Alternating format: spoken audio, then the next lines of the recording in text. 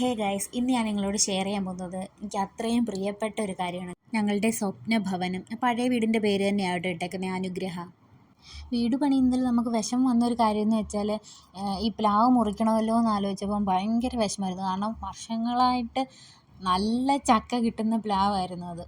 അതിനെ മുറിക്കാതെ എന്തെങ്കിലും ചെയ്യാൻ പറ്റുമോ എന്ന് നമ്മൾ നോക്കിയപ്പോൾ അത് ഭിത്തിയുടെ സൈഡിലായിട്ട് വരുമായിരുന്നു. അപ്പോൾ അത് ഒരു ബുദ്ധിമുട്ടായതുകൊണ്ട് മുറിക്കണം എന്ന് തന്നെ പറഞ്ഞു.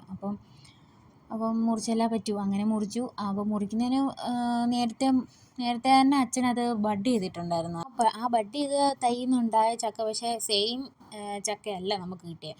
ടേസ്റ്റും എല്ലാം വേറെ, പക്ഷെ നല്ല ചക്കയായിരുന്നു. പക്ഷെ ഇത് സെയിം അല്ലായിരുന്നു.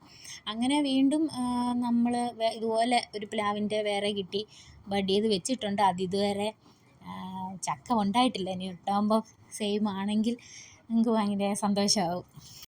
പ്ലാവ് മുറിക്കുന്ന സമയത്ത് തന്നെ അതിനകത്ത് ധാരാളം ചക്കകൾ പിടിച്ചിട്ടുണ്ടായിരുന്നു. ഇതിൽ താഴെ നിന്നുകൊണ്ട് തന്നെ നമുക്ക് പറിക്കാൻ പറ്റുന്ന ചക്ക ഉണ്ടാവാറുണ്ട്. മേളിലുണ്ടാകാറുണ്ട്, താഴെ ഉണ്ടാകാറുണ്ട്. അങ്ങനെ ജാനുവരി 21, 2021 നമ്മളെ വീടിന് കുറ്റിയടിച്ചത്. ഭയങ്കര സന്തോഷമായിരുന്നു കേട്ടോ. എന്താണെന്ന് വെച്ചാൽ ഞാൻ ഈ വീടിക്കകത്ത് കൂടുതലും ഭയങ്കര സന്തോഷമായിരുന്നു എന്ന് പറയും.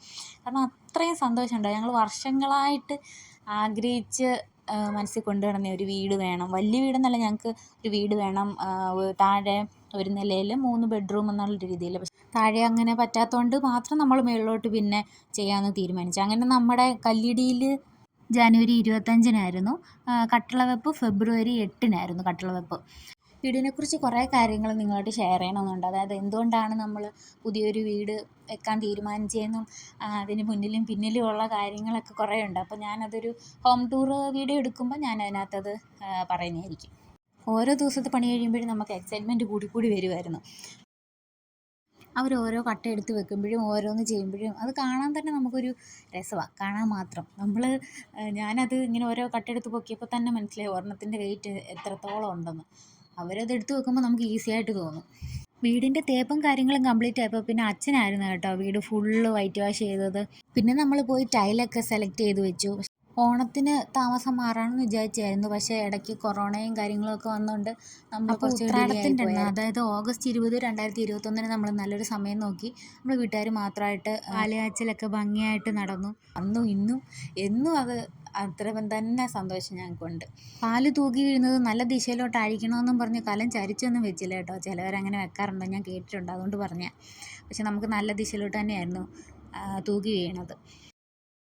അങ്ങനെ വീട് പണിയെല്ലാം പൂർത്തിയായതിന് ശേഷം നമ്മൾ പാല് കാച്ചൽ ഒഫീഷ്യലായിട്ട് നടത്തിയ എല്ലാവരുടെയും പ്രസൻസിൽ നമുക്ക് പാല് കാച്ചണമെന്നുണ്ടായിരുന്നു. രാവിലെ ഗണപതി അമ്മ, വൈകിട്ട് ഭഗവതി സേവയും നടത്തി നമ്മുടെ തിരുമേനി, നമ്മുടെ അമ്പലത്തിൽ പൂജ ചെയ്യുന്ന തിരുമേനിയെ കൊണ്ട് ചെയ്യിക്കണമെന്നായിരുന്നു. അത് സാധിച്ചില്ല. പിന്നെ അദ്ദേഹത്തിൻ്റെ മകനായിരുന്നു നമുക്ക് പൂജയൊക്കെ ചെയ്തത്. അങ്ങനെ 2021 ഡിസംബർ 19 നമ്മൾ താമസം മാറി. അപ്പോൾ ഈ വീഡിയോ ഞാൻ തൽക്കാലം ഇവിടെ വെച്ച് നിർത്തുകയാണ്. അടുത്ത വീഡിയോ ആയിട്ട് ഉടനെ വരാം. അതുവരെ ബായ്.